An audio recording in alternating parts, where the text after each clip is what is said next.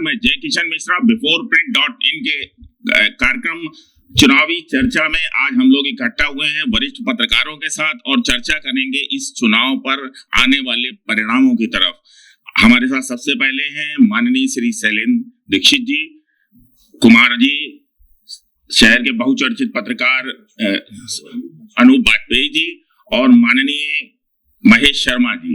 तो वरिष्ठ पत्रकारों से हम जानते हैं चुनाव का रुझान और क्या हो सकता है भविष्य में इस चुनाव का परिणाम। तो हम सबसे पहले माननीय शैलेंद्र दीक्षित जी के पास चलते हैं। सर देखिए, जो अगर ओवरऑल बात की जाए चुनाव की कानपुर को छोड़ के, तो लग रहा सीधे सीधे कि सीधी टक्कर हो रही है। कहीं कोई त्रिकोणी चतुष्कोणी का फार्मूला दिखाई नहीं दे रहा है, सीधे सीधी टक्कर दिखाई दे रही है। और जो धर्म और जात सबका रंग चढ़ रहा है उसके ऊपर, वो भी साफ साफ दिखाई दे रहा है कि कौन क्या करने वाला है। एक जमात सीधे सीधे उधर जाएगी जहां जो जीत रहा होगा या किसी को हरा रहा होगा। एक सूरत ये बन रही है। जो एक बहुत बात ब्राह्मण की हो रही, वो मुझे कोई बहुत ज्यादा उसमें दम नहीं दिखाई देता है। कहीं एक दो 4% को रंग दिखाई देता हो तो दिखाई देता हो, मुझे नहीं दिखाई देता। फिर रही बात कि कानपुर में क्या होगा, तो कानपुर में भी स्थिति कमोबेश यही है कि सीधी सीधी फाइट है। कहीं कहीं बन रहा है तीसरा कोण, लेकिन अभी वो बन गया है ये नहीं कहा जा सकता है। ये 2-3 दिन बाद ये स्थिति साफ होगी और उसी के बाद ही बोला जा सकता है कि वो क्या बनेगा। अब हम बात करते हैं वरिष्ठ पत्रकार कुमार जी से। आपका क्या राय, आपका क्या दृष्टिकोण बन रहा है इस चुनाव के विषय में? जैसा शैलेंद्र जी कह रहे हैं, अभी चुनाव की पूरी स्थितियां क्लियर नहीं हो पाई हैं। समय इनको प्रत्याशियों को कम मिला है और अभी समीकरण बैठाने में प्रत्याशी लगे हैं, डोर टू डोर जनसंपर्क कर रहे हैं। कहीं कहीं पे त्रिकोणीय संघर्ष उभर रहा है, लेकिन कितना कामगर होगा वो ये समय बताएगा। 2-4 दिन बाद जो है ये पता चल पाएगा। वैसे भाजपा और सपा में सीधा संघर्ष है। कुछ कांग्रेस तो सिर्फ वोट अपना परसेंटेज बढ़ाने के लिए लड़ रही है पूरे शहर में, पूरे प्रदेश में, क्योंकि उन्होंने जो गठबंधन करके अपना परसेंटेज नीचे कर लिया था, वो परसेंटेज के लिए लड़ रही है। ब्राह्मण वोट कुछ कैंडिडेटों पे फैक्टर बन रहा है, लेकिन 1-8% पड़ रहा है। जैसे था कि नहीं ब्राह्मण एक तरफ भागेगा, तो ब्राह्मण भाग नहीं रहा है। ब्राह्मण अभी असमंजस की स्थिति में है कि किसे दें। बाकी समीकरण जातियों में बन रहे हैं। कहीं कहीं वो जो तमाम प्रत्याशियों के सामने ऐसे प्रत्याशी खड़े हैं जो वोट काटने का काम करेंगे। उन वोट काटने के में किसकी गणित गड़बड़ा जाएगी ये समय बताएगा। ये सब सारी बातें जो है ये 15-16 तक क्लियर हो पाएंगी। अभी मतदाता बड़े असमंजस में कि मैं क्या करूं। हो सकता है मतदाता बूथ तक जाते जाते पलट जाए। तो अभी स्थितियां जो है वो समय भी कम मिला है तो प्रत्याशियों के लिए अभी तो और मठाधीश तमाम जगह नाराज हैं, तो मठाधीशों को मनाने में और वोटरों को रिझाने में लगे हैं, जो रिझा पाएगा। लेकिन संघर्ष अभी भाजपा और कुछ परिणाम जो है वो उससे भी प्रभावित हो रहा है। चुनाव जो पूर्वांचल अभी हमारा पश्चिम में जो चुनाव हुआ है, तो पश्चिम की हवा से भी कुछ चुनाव प्रभावित हो रहा है। तीसरे चरण का मतदान अपने यहाँ है और दूसरे चरण के मतदान के रुझान के बाद यहाँ का रुझान क्लियर हो पाएगा। ये मेरी राय है। चलिए, बहुत बहुत धन्यवाद। अब हम जानते हैं वरिष्ठ पत्रकार अनूप वाजपेयी जी की। अनूप वाजपेयी जी, आपका अनुभव क्या कहता है? जैसा आदरणीय शैलेंद्र जी ने कहा, जो यूपी लेवल पर अगर इसको देखा जाए तो वास्तव में सही बात है कि सीधी टक्कर है भाजपा और समाजवादी पार्टी में। मुझे नहीं लगता है कि कहीं कोई तीसरी कोई rare of the rarest seat कोई ऐसी होगी जहां पर कोई कांग्रेस प्रत्याशी थोड़ा ठीक लड़ रहा होगा, तो वहां चीजें त्रिकोणीय बन रही होंगी। अदरवाइज बिल्कुल क्लियर है कि भारतीय जनता पार्टी और समाजवादी पार्टी के बीच में सीधा संघर्ष है। जो पश्चिमांचल का जो ट्रेंड निकल कर आया है वो तो साफ साफ क्लियर हो गया है कि अब जो भी चुनावी फाइट है वो समाजवादी पार्टी और भाजपा के बीच में है। जो दूसरा चरण है इसमें जो चीजें निकल के आई उसमें ये माना जा रहा है कि थोड़ा सा 1-1.5 कदम आगे सपा भाजपा से रहेगी, जो यहाँ की सीटें हैं जो दूसरे चरण की। अब बात आई थी तीसरे चरण की। तीसरे चरण में जो जिले आ रहे हैं, जो शहर आ रहे हैं, जो सीट आ रही है, वहां पर भाजपा का थोड़ा सा अपर हैंड दिखाई दे रहा है।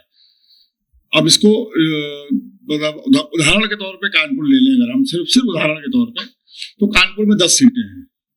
अगर इसको मतलब गणित के हिसाब से देखा जाए तो मेरे हिसाब से 10 में 7 सीटें ऐसी हैं जो भाजपा के पक्ष में अभी तक नजर आ रही हैं, और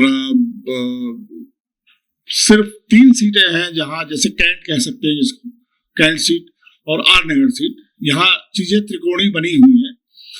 और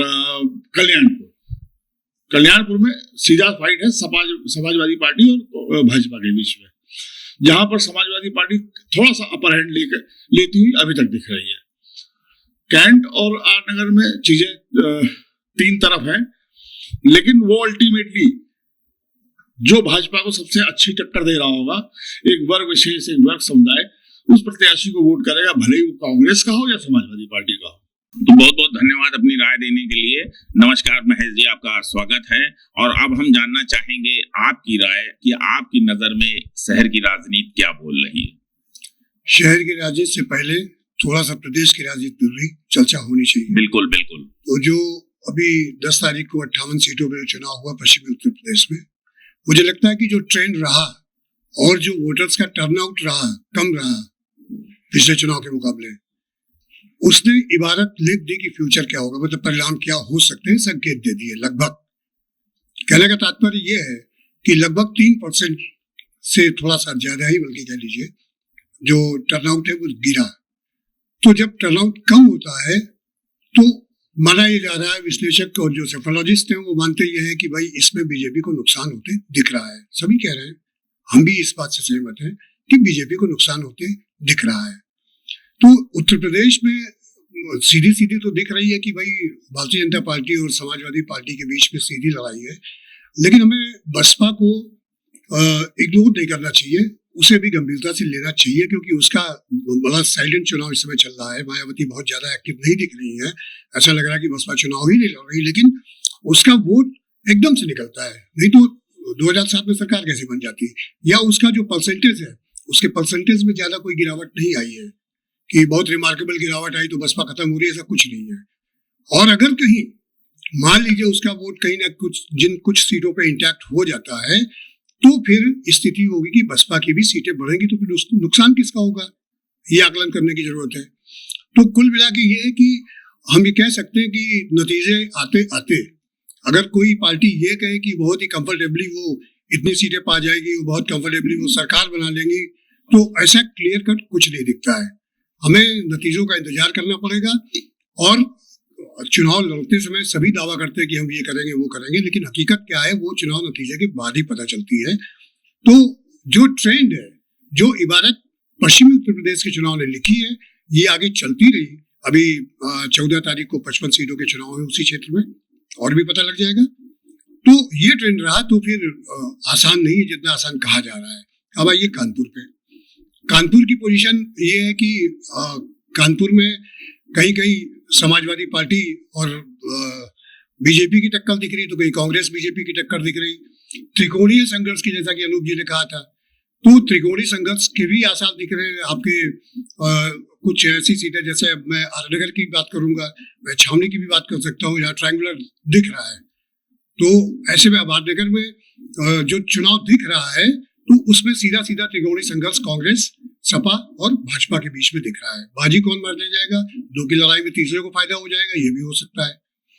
सीसामऊ की रही बात, तो सीसामऊ में मुस्लिम कैंडिडेट के आ जाने से ऐसा लगता था कि इरफान यानी कि जो समाजवादी पार्टी के प्रत्याशी, उनके समीकरण बिगड़ेंगे, तो मुझे ऐसा बहुत ज्यादा नहीं दिख रहा है। हो सकता है कुछ वोट काटे, क्योंकि जो मुस्लिम वोटर है वो आज की तारीख में भी समाजवादी पार्टी के लिए इंटैक्ट है। उसकी कोशिश होगी कि ज्यादा से ज्यादा टर्नआउट समाजवादी पार्टी के लिए जाए ताकि बीजेपी को रोक ले। वो ये कॉन्सेप्ट लेके चलते हैं। कहीं कहीं दूसरी पार्टी के कैंडिडेट अगर अच्छा लड़ते दिख रहे हैं तो वो मुड़ भी सकता है, लेकिन कानपुर में दूसरी पार्टी के कैंडिडेट में एक सीट छोड़ दीजिए अगर, तो उतना मुसलमान ये सोचो कि दूसरी पार्टी के कैंडिडेट को, सपा के अलावा किसी पार्टी के कैंडिडेट को वोट कर देगा, एंड ब्लॉक वोट कर देगा, तो ऐसा होता नहीं दिख रहा है। तो कुल मिला के जैसा कि हमारे साथियों ने कहा कि जो ये 14 की वोटिंग, और बल्कि ये कह लीजिए कि कुमार भाई बोले जैसे 15-16 के दौरान इस ये जब 2-3 दिन और हो जाएंगे तब लगेगा कि चुनाव किस तरफ मोड़ रहा है कानपुर का। तो इसलिए अभी एकदम से ये कहना कि कौन कंफर्टेबल है कौन नहीं है, ये थोड़ा जल्दबाजी होगी। तो हमें बल्कि आप 17 तारीख को एक डिस्कशन और रख लीजिएगा तो काफी कुछ चीजें क्लियर भी हो जाएंगी। नहीं, बिल्कुल बिल्कुल, बहुत बहुत धन्यवाद। तो ये विश्लेषण था हमारे वरिष्ठ पत्रकारों का शहर और प्रदेश के ऊपर क्या होगा राजनीति में। इसी धारा में हम आपसे फिर मिलेंगे, तब तक के लिए हमें आज्ञा दीजिए। नमस्कार। अगर आपको हमारा वीडियो पसंद आया हो तो इसे लाइक करें, सब्सक्राइब करें और साथ ही बेल आइकन दबाना ना भूलें।